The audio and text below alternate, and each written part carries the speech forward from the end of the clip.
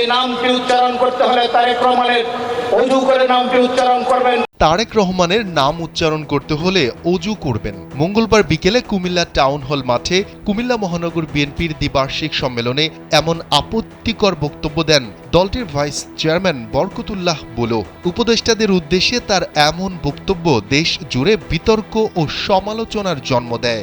এর জেরে ওই বক্তব্যের জন্য দুঃখ প্রকাশ করেছেন বরকতুল্লাহ বুলু।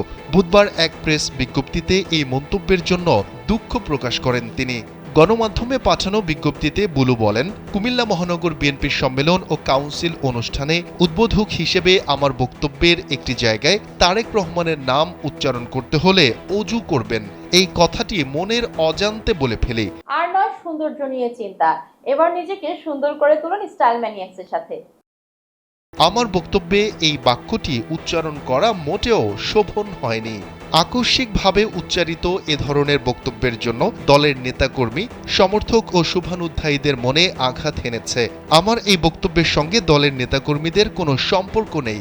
অজ্ঞানবশত ওই বক্তব্যের জন্য আমি আন্তরিকভাবে দুঃখ প্রকাশ করছি। কুমিল্লায় সেদিন বিএনপির এই নেতা আসলে কি বলেছিলেন?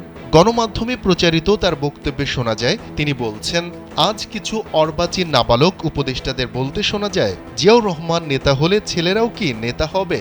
আমি সেসব অর্বাচীন নাবালক বাচ্চাদের বলতে চাই, বাংলাদেশের মহান স্বাধীনতার ঘোষক শহীদ প্রেসিডেন্ট জিয়াউর রহমানের পুত্র তারেক রহমান, বাংলাদেশের বৃহত্তম রাজনৈতিক দলের চেয়ারপারসনের ছেলে তিনি। শহীদ জিয়ার উত্তরসূরি হচ্ছেন তারেক রহমান। তার নামটি উচ্চারণ করতে হলে অজু করে নেবেন।